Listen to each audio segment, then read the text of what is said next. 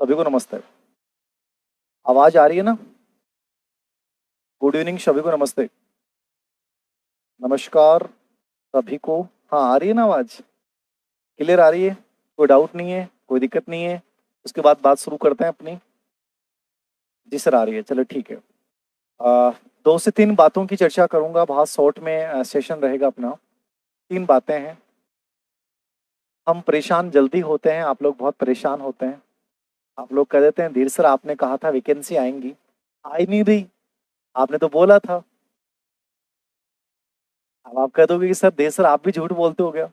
कुछ बच्चे कह देंगे सर को तो दुकान चलानी थी इसलिए सर ने बोल दिया होगा, इस बहाने कोर्स बिक जाएंगे। ठीक है, तो वो सबके मत अपने अपने अलग आ जाएंगे। ठीक है, वो आने भी चाहिए, याद रखना, क्योंकि सभी पक्ष में हो तो इसका मतलब टीचर में प्रॉब्लम है।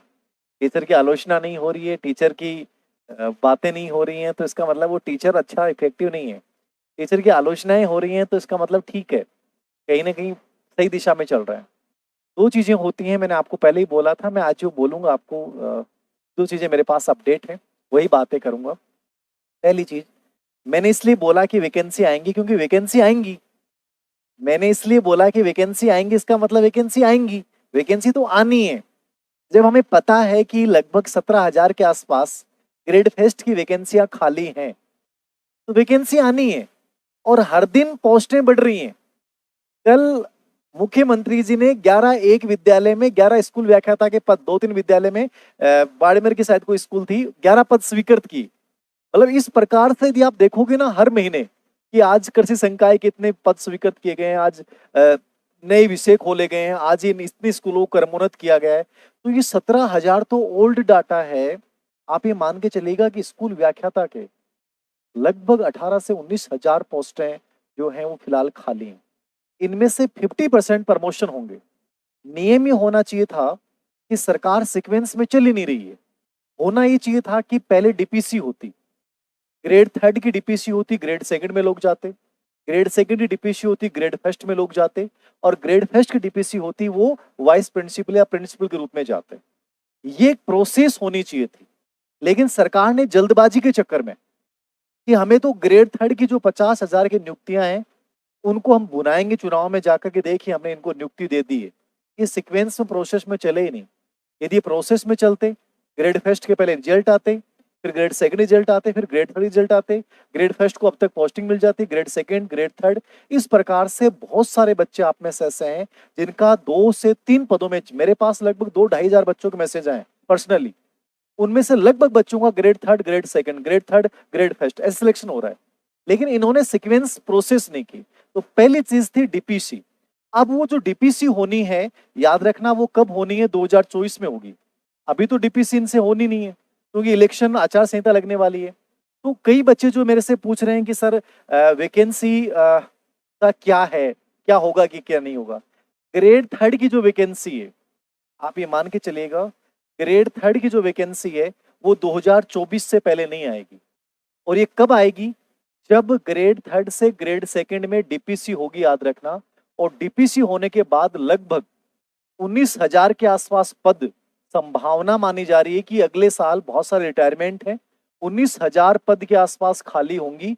इसके आधार पे अपन मान सकते हैं कि ग्रेड थर्ड की जो वैकेंसी आएगी वो 2024 में आएगी। तो ग्रेड थर्ड की प्रिपरेशन करने वाले बच्चों को मेरा बहुत सीधा सा सुझाव है कि चंडीगढ़, डीएसएसबी, केवीएस, ईएमआरएस में तो खैर है नहीं आपकी, या जो भी वैकेंसी आए ना, इधर उधर ध्यान रखना है और आपको देना है। ग्रेड थर्ड में केवल थोड़ी बहुत पॉसिबिलिटीज है, वो इसकी आ सकती है संस्कृत शिक्षा विभाग की। लेकिन जिस प्रकार की सुस्तता है, मुझे लगता नहीं आचार संहिता तक ये लोग कर पाएंगे क्या।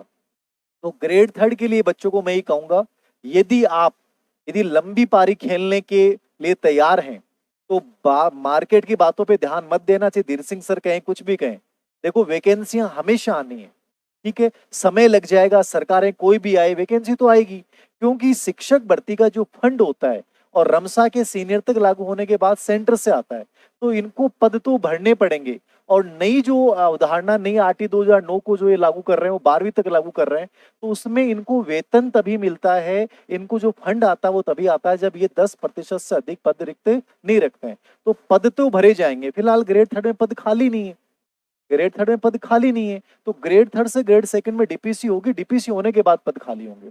अब ये पहला मुद्दा ग्रेड थर्ड को लेकर मेरा था कि ये 2024 से पहले, यानी कि मार्च, अप्रैल, मई, जून, जुलाई के लगभग अगली साल, मिड अगली साल में थर्ड ग्रेड की वैकेंसी की पॉसिबिलिटीज हैं। फिलहाल कोई पॉसिबिलिटीज नहीं है। संस्कृत शिक्षा विभाग की आ जाए तो आप कर लें, अन्यथा आपको दूसरा ध्यान दे लेना चाहिए। वो कुछ भी हो सकता है, आप नेट करें, आप एमए करें, आप कोई भी आरएस करें, आप अधीनस्थ सेवा चयन बोर्ड की कोई एग्जाम की प्रिपरेशन करें, कोई भी कुछ भी करें। ये आपके लिए पहला सुझाव। दूसरा प्रश्न आप लोगों की तरफ से ये होता है कि सर आप बोल रहे थे ग्रेड फर्स्ट की वैकेंसी और ग्रेड सेकंड की वैकेंसी। देखो, ग्रेड फर्स्ट ग्रेड सेकंड की पहले की जो वित्तीय स्वीकृति थी वो लगभग 8,000 पदों के आसपास थी। अभी इन्होंने वित्तीय स्वीकृति 3800 पदों की दी। अब इस सरकार पे डिपेंड करता है कि वो उन पदों को मिलाकर वैकेंसी निकालती है या केवल 3800 पदों पे निकालती है। फिलहाल का अपडेट ये है कि जो 3800 पद ग्रेड फर्स्ट और ग्रेड सेकंड, ग्रेड फर्स्ट और ग्रेड सेकंड की जो 3800 पद थे, जिनकी वित्त विभाग ने अभी फिलहाल स्वीकृति दी थी, ये 3800 पदों की अभ्यर्थना, वित्तीय पदों की स्वीकृति फिलहाल शिक्षा विभाग के पास है। किसके पास है? शिक्षा विभाग के पास। अब शिक्षा विभाग इसमें पहले की पोस्टों को जोड़ के आरपीएससी के पास ये भेजता है प्रपोजल, या केवल 3800 पदों के लिए भेजता है, ये देखना बड़ा दिलचस्प होगा। मैं नहीं कह सकता कि 3800 पदों के स्थान पे 10,000 की भर्ती आएगी, ये भी मुझे आइडिया नहीं है। हाँ, ये तय है कि 3800 पदों की भर्ती आएगी। ये शिक्षा विभाग के पास भेजा गया है और फिलहाल जो अपडेट है वो यही है कि डायरेक्टर साहब का ये कहना है कि हम अगले वीक मतलब कल सैटरडे है, अगले वीक में हम आरपीएससी को ग्रेड फर्स्ट और ग्रेड सेकंड की भेज देंगे और लाइब्रेरियन वाली है जो अधीनस्थ सेवा चयन बोर्ड के पास पहुंच जाएगी, याद रखना। तो ये दोनों विभागों के पास अलग अलग भेजेंगे।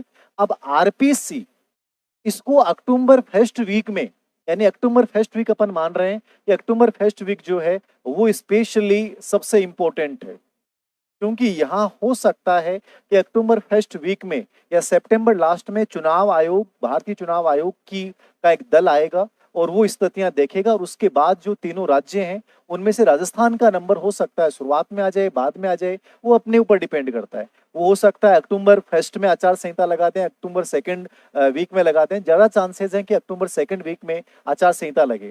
तो आरपीएससी, शिक्षा विभाग अगले वीक में आरपीएससी को ये भेज देगा। अब आरपीएससी इसको फर्स्ट वीक में जारी कर पाती है कि नहीं कर पाती है, ये देखना होगा। अब मान लीजिए आपका प्रश्न हो कि सर मान लो शिक्षा विभाग ने 3800 पद या जो पहले की स्वीकृति है दोनों को मिला के आरपीएससी को प्रपोजल भेज दिया कि आप इतने पदों की जो है अभ्यर्थना विज्ञापन जारी कर सकते हैं। अब आरपीएससी उसकी लीगली जो है उसको राय लेगा, उसके अकॉर्डिंग देखेगा और उसके बाद विज्ञापन जारी करता है। क्योंकि आरपीएससी की सिचुएशन ये है कि इनको कॉलेज एजुकेशन में पीटीआई और लाइब्रेरी थर्ड ग्रेड का विज्ञापन निकालने में महीना भर लग गया। तो यदि इतनी सुस्तता के साथ निकालेंगे तो आचार संहिता लग जाएगी। अब दो प्रोसेस होती हैं, गवर्नमेंट या तो आचार चुनाव आयोग के पास पहले परमिशन भेजे कि हमें ये निकालना है। अमूमन विज्ञप्ति के लिए जरूरी नहीं है कि चुनाव आयोग परमिशन दे। यद्यपि पोस्टिंग और ज्वाइनिंग इनके लिए चुनाव आयोग की अनुमति से किया जा सकता है, चुनाव आयोग अनुमति दे देता है। जैसे मान लीजिए ग्रेड फर्स्ट के रिजल्ट आएंगे तो उनको पोस्टिंग दी जा सकती है चुनाव आयोग से अनुमति लेके आचार संहिता लगने के बाद, तो वो कोई बड़ा इश्यू नहीं है। लेकिन क्या नई भर्ती की विज्ञप्ति जारी हो पाएगी, ये थोड़ा सा डाउट होता है कि आचार संहिता के बाद क्या हो पाएगा। अब देखना आपके सामने यही है कि अक्टूबर फर्स्ट वीक में, यानी शिक्षा विभाग की तरफ से अगले वीक में भेज दी जाएगी। अब आरपीएससी इसको कितनी जल्दी निकाल पाती है ये तुम लोगों पे डिपेंड करेगा।